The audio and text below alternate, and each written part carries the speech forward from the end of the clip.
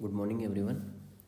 जो हमने PDF share की थी आपके साथ, उसके अंदर कुछ एमसीक्यूज़ थे जिनका अपन डिस्कशन कर रहे हैं। और ये बहुत ही बेसिक से हैं, जो आपके बेसिक कॉन्सेप्ट हैं उनके ऊपर 3D चैप्टर से आपको क्या मिलते हैं, एमसीक्यूज़ मिलते हैं।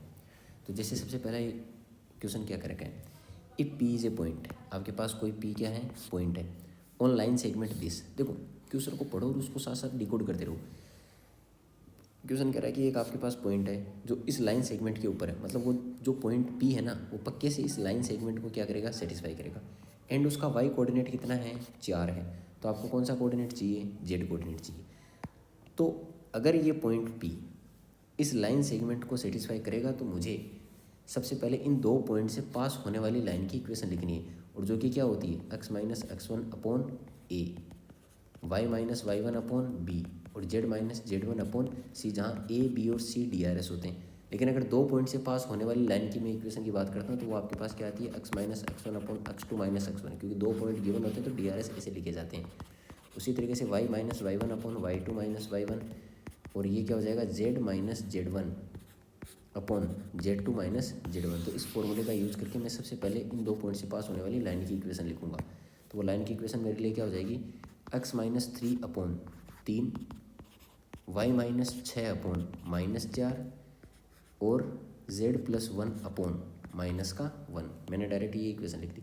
अब क्या कह रहा है कि एक पॉइंट P है जिसका y कोऑर्डिनेट 4 है, मतलब y की जगह 4 में लिख सकता हूँ। तो जैसे आप लिखोगे तो x minus 3 upon 3, 4 minus 6 upon -4, और z प्लस 1 अपॉन -1। तो जैसे ये सोल्व करोगे तो बीच वाली जो क्वांटिटी है ये तो 1/2 आई गई ना सोल्व करने के ऊपर, और ये बन जाएगा z प्लस 1 अपॉन -1 और x माइनस 3 अपॉन 3। तो अब अगला क्वेश्चन पूछना चाह रहा है आपको जेड कोऑर्डिनेट, मतलब इन दोनों को बराबर कर सकता हूँ।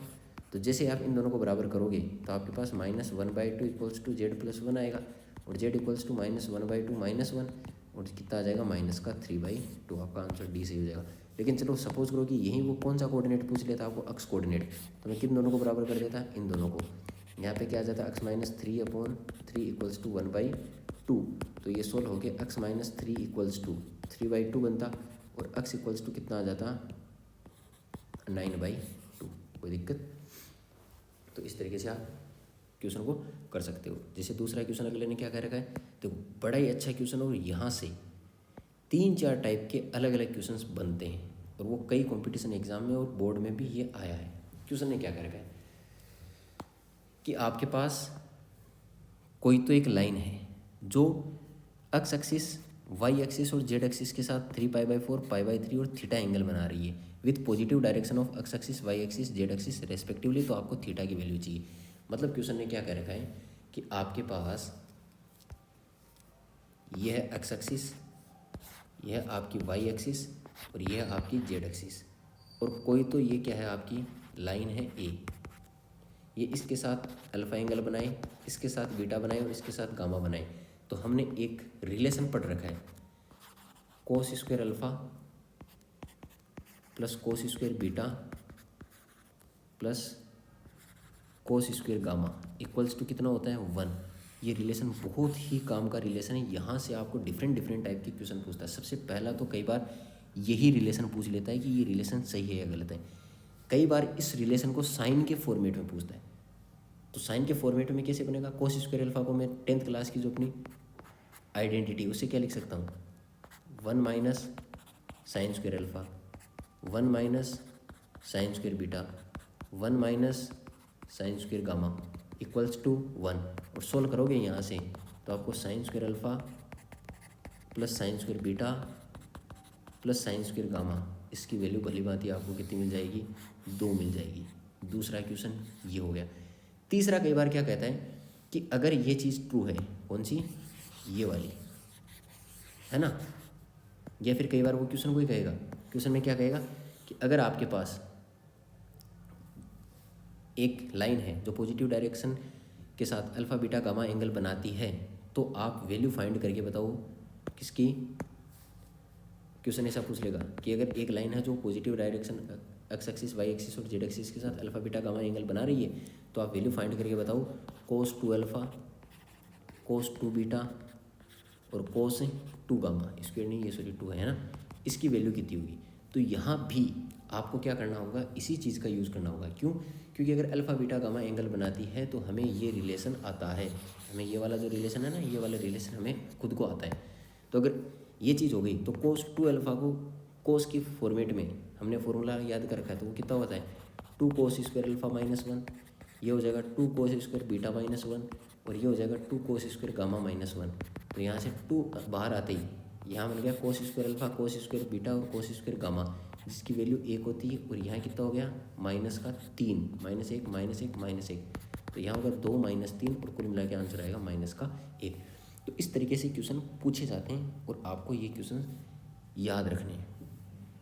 लेकिन जो यहाँ क्वेश्चन पूछा है वो क्वेश्चन क्या कर रखा है कि अगर आपके पास ऐसा कुछ है, तो इसको मैं मिटा तो नहीं रहा, लेकिन यहाँ जो अगले ने क्वेश्चन पूछा है वो क्वेश्चन क्या है कि अगर आपके पास एक लाइन इतने इतने इतने एंगल बना रही है ना, तो आप किसकी वैल्यू बताओ, थीटा की वैल्यू। तो आप एक काम करो, यहाँ थीटा रख दो, तो आपके पास क्या बन जाएगा, देखो कोस स्क्वायर ये हो जाएगा 3π/4, ये हो जाएगा कोस स्क्वायर π/3, और फिर आ जाएगा cos square theta equals to कितना हो जाएगा 1। अगर आप इसको सोल्व करो यहाँ, तो कोस स्क्वायर 3π/4, देखो 3π/4 π/4 के बराबर होगा 1/√2 आएगा माइनस का, लेकिन माइनस के 1/√2 का स्क्वायर करोगे तो आपके पास प्लस का 1/2, π/3 मतलब 60 डिग्री, ये 1/4 लेके आएगा, और ये हो जाएगा cos square theta equals to 1। तो सोल्व करोगे तो cos square theta equals to 1 minus ये होगा 3π/4, और ये cos square theta equals to हो जाएगा 1/4। तो यहाँ से कोस थीटा इक्वल्स टू हो जाएगा +-1/2, है ना। तो थीटा इक्वल्स टू आ जाएगा +- का π/3। कोई दिक्कत? ये MCQ क्वेश्चन था, तो इसका आंसर आएगा +- का π/3।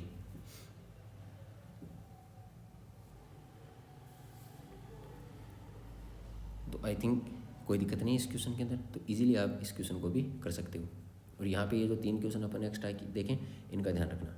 अगला देखो क्या कर रखा है, बड़ा ही सिंपल सा क्वेश्चन पूछ रखा है। क्या कहा है क्वेश्चन ने, the equation of line parallel to the vector this. देखो कभी भी आपको इक्वेशन लिखनी हो तो नींद में भी याद रखना इस चीज़ को। कभी भी आपको लाइन की इक्वेशन लिखनी होती है तो आपको केवल और केवल 2 चीज़ों की ज़रूरत होती है। एक आपको चाहिए होता है पॉइंट, और एक आपको चाहिए होते हैं DRS। तो पॉइंट तो वो खुद कह रहे हैं कि उस लाइन की इक्वेशन लिखो जो इस पॉइंट से पास हो रहे हैं, और इस वेक्टर के वो क्या है, पैरेलल है। तो अगर इस वेक्टर के पैरेलल है तो ये DRS है, तो इसके DRS कितने हो गए, 3, 1 और 2, और पॉइंट कितना हो गया 4 -3 और 7। तो वो जो लाइन की इक्वेशन आएगी, वो लाइन की इक्वेशन बड़ी सिंपल सी आ गई, क्योंकि जैसे ये होता है तो लाइन की इक्वेशन क्या होती है, x - x1/a, y - y1/b और z - z1/c। तो लाइन की इक्वेशन होगी x - 4/3, y + 3/1 और z - 7/2। लेकिन देखो इस फॉर्मेट में दे नहीं रखा, लेकिन हमें पता है कि हम इसके बराबर कोई भी एक पैरामीटर मान सकते हैं, और यहाँ पैरामीटर इसने क्या माना है, t। तो जैसे t मानोगे तो x इक्वल्स टू आपके पास आ जाएगा 3t + 4, y इक्वल्स टू आ जाएगा t - 3 और z इक्वल्स टू आ जाएगा 2t + 7। मैच कर लो कौन सा ऑप्शन है, 3t + 4t, ऑप्शन बी। उसी तरीके का क्वेश्चन ये है। क्वेश्चन ने क्या कर रखा है कि आपके पास एक लाइन है, ये है ना, ये कौन से पॉइंट से पास होगी। तो देखो यहाँ पैरामीटर में दे रखा है, लाइन को क्या कर रखा है, x equals to 1 + 5 mu, y equals to -5 plus का म्यू, और z इक्वल्स टू -6 माइनस का 3 म्यू। जब आप इसको सोल्व करोगे तो हमें म्यू के बराबर लेके आना पड़ेगा इसको। तो यहाँ से मैं क्या लिख सकता हूँ, x - 1/5 equals to mu, y + 5/1 equals to mu, और z + 6/-3 इक्वल्स टू म्यू। तो आपके पास लाइन की इक्वेशन क्या हो जाएगी, x - y1/5, y + 5/1 और z + 6/-3। अब देख लो ये कौन सा पॉइंट है इसके ऊपर, ये। तो यहाँ से आपका जो पॉइंट आएगा 1 -5 और -6, ये आपका पॉइंट हो जाएगा। एकदम ही सिंपल सा क्वेश्चन, मात्र 1 सेकंड का। क्या पूछा था कि आपके पास ये है x एक्सिस, ये आपकी y एक्सिस, और ये है z एक्सिस।